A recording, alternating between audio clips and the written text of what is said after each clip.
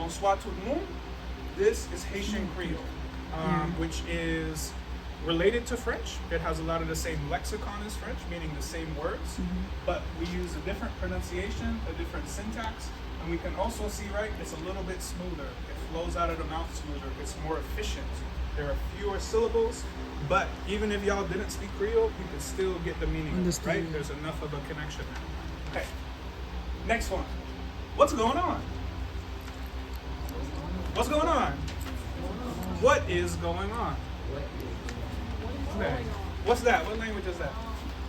English. English. So could we call that standard English? I would say formal English. Formal English, so that's a really good connection. Standard French, formal French, those are like really good parallels, good synonyms if you want to call it that. Formal English, standard English, right? What is going on? What about this one? Wagwan. Yeah, that was slang. I don't know if I was saying it right. I don't have the proper pronunciation because I'm not from this culture, but Wagwan. What's that? What language is that? What is it? This is Jamaican patois. This is the English of Jamaica. They would speak some standard English in Jamaica, but this is kind of like the popular language. This is what people talk to one another. So how do we get from bonsoir tout le monde to bonsoir tout le monde? What is going on to wagwan? What's going on there? Linguistically, historically, communicatively. Yes, sir. Like the syllables are shorter, and it's like they're becoming like lesser words. So like bonsoir tout le monde is like 4 words technically, and then bonsoir tout le monde is 3, and then wagwan is 2.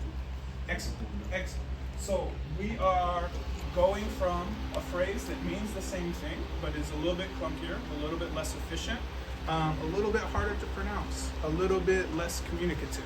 So we see what's going on like mechanically in terms of the sound. What's going on culturally here? How do we get from what's going on to wagwan? How are the speakers different? Yeah? We're going from France to Haiti, let's say the UK or the US to Jamaica. Globalization. Globalization? Yeah.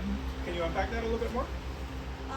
People move from places, like Jamaicans moved to the USA, and they started using Wagwan, and they started adapting to it. Is that like?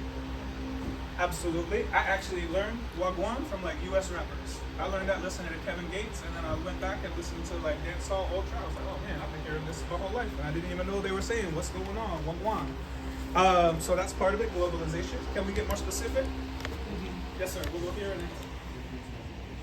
Difference in education? Yes, but we want to think about the value judgments too, right? Where people will often say this is rotten French or rotten English, and that's not at all the case. All of these languages are valid. It's all about the way that we perceive them is about different language ideologies, which is often coded through white supremacy, post-colonialism, the lenses that we see the world through, and most of the time we don't even realize it. Until, like Frantz Fanon said, we decolonize our minds and understand and are able to unpack these differences.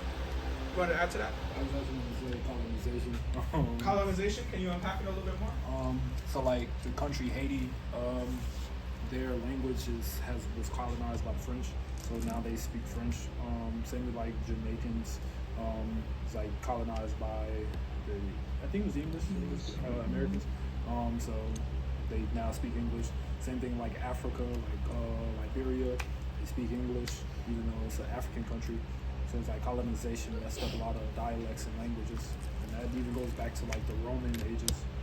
Absolutely, I couldn't have said it better myself. Lovely, lovely, lovely. So these are the results of globalization, of colonization, of cultural imposition on people. This is what happens when you force people to speak a language, but they retain their culture and they interject their own customs and linguistic practices and sprinkle their own sauce on the language to make it unique and wonderful and different. Linguistically, one of the things that we're looking at here is called consonant cluster reduction. Have y'all ever heard of that? Consonant cluster reduction. That is a mouthful. this is one of the items, the features, the elements that we see in languages that are influenced by West African people. Okay, so if we're talking about Creole in Haiti, where did the West Africans in Haiti come from?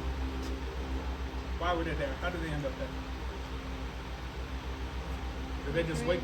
The slave trade, right? They were trafficked there, they were stolen from their homelands, and they were brought there to be unpaid laborers and tortured and have their culture and language eradicated as part of that colonial process. And what came out as a result of this is Haitian Creole, which takes a lot of French words but interjects the syntax of Twi, which is a West African language spoken, I believe, in like Benin and is it Ghana? Ghana. Also, do they speak it in Ghana, Ghana? yeah. But Creole also includes a lot of indigenous words that we have actually adopted in English. Y'all know where the word barbecue comes from? So that is an indigenous Caribbean word, an Arawak or Taino word.